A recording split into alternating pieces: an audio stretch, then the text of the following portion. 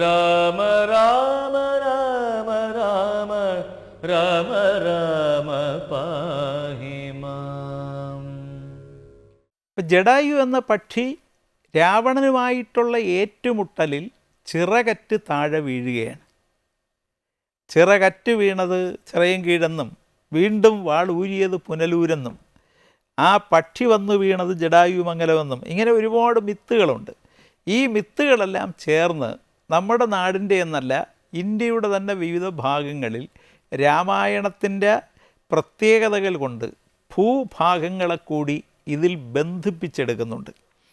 ആ ജടായു അവിടെ വീണ് ശ്രീരാമൻ്റെയും സീതയുടെ അല്ലെങ്കിൽ ലക്ഷ്മണൻ്റെയും എല്ലാം സാന്നിധ്യത്തിൽ മരിക്കുകയും അതിൻ്റെ ശവസംസ്കാരം ഇവർ രണ്ടുപേരും ശ്രീരാമനും ലക്ഷ്മണനുമൊക്കെ കൂടി നടത്തുകയും ചെയ്യുന്നതാണ് രാമായണത്തിൽ വിവരിക്കുന്നത്.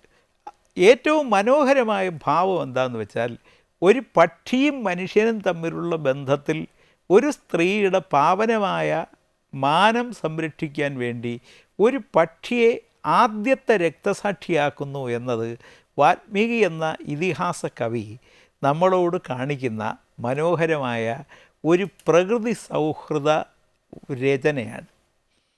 അവിടെ നിന്നാണ് ലങ്കയിലേക്ക് സീതയെ രാവണൻ കൊണ്ടുപോകുന്നത്.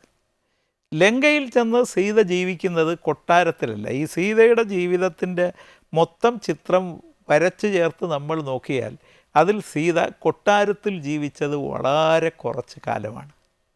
സീതയ്ക്ക് കൊട്ടാരത്തിൽ ജീവിക്കാൻ ഇടം കൊടുക്കാത്തവണ്ണം കവിക്കെന്തോ പ്രത്യേകത സീതയോട് പ്രകൃതിയുമായി ബന്ധപ്പെടുത്തി കവി തന്നെ മനസ്സിൽ രൂപപ്പെടുത്തിയിരുന്നു എന്ന് തോന്നും.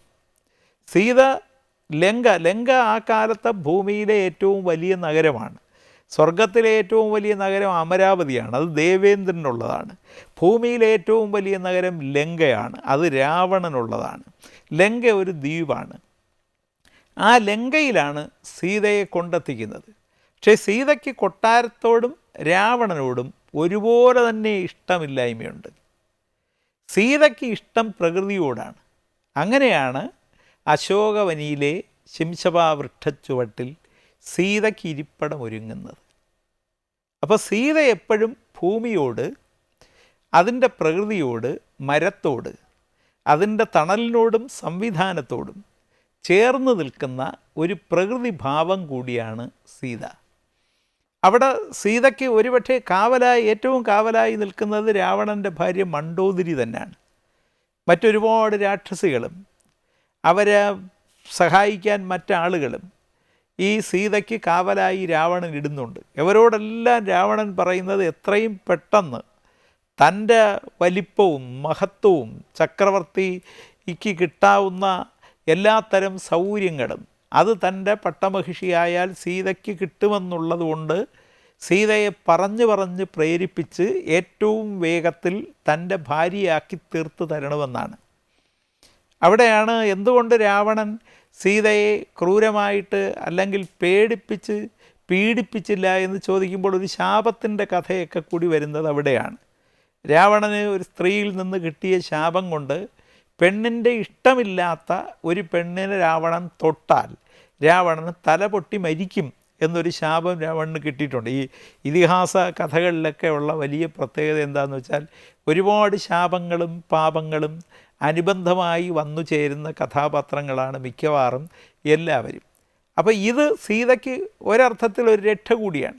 കാരണം സീതയുടെ ഇഷ്ടത്തോടു കൂടിയേ സീതയെ രാവണന് തൊടാൻ പറ്റൂ. ഇപ്പോഴും അങ്ങനെ വല്ല ശാപങ്ങളും മിക്കവാറും ഇങ്ങനെയുള്ള ക്രൂരന്മാരായ എല്ലാ ആണുങ്ങൾക്കും ഉണ്ടായിരുന്നെങ്കിൽ സ്ത്രീകൾ രക്ഷപ്പെട്ടു പോയേനെ.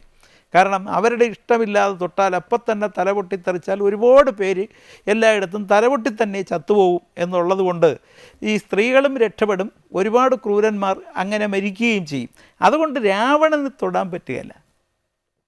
അതുകൊണ്ട് രാവണൻ തൻ്റെ ഏറ്റവും പ്രഗത്ഭരായ നല്ല ഇതുപോലെ വർത്തമാനം പറഞ്ഞ് സ്ത്രീകളുടെ അകത്തളങ്ങളിൽ ഒരാണിനെക്കുറിച്ച് ഏറ്റവും മനോഹരമായ പദവിപരമായ കാര്യങ്ങളെല്ലാം നിക്ഷേപിച്ച് തൻ്റെ വശത്തേക്ക് സീതയെ കൊണ്ടുവരാനുള്ള എല്ലാ തരത്തിലുള്ള കാര്യങ്ങളും അവിടെ നടപ്പാക്കാൻ ശ്രമിക്കുകയാണ്.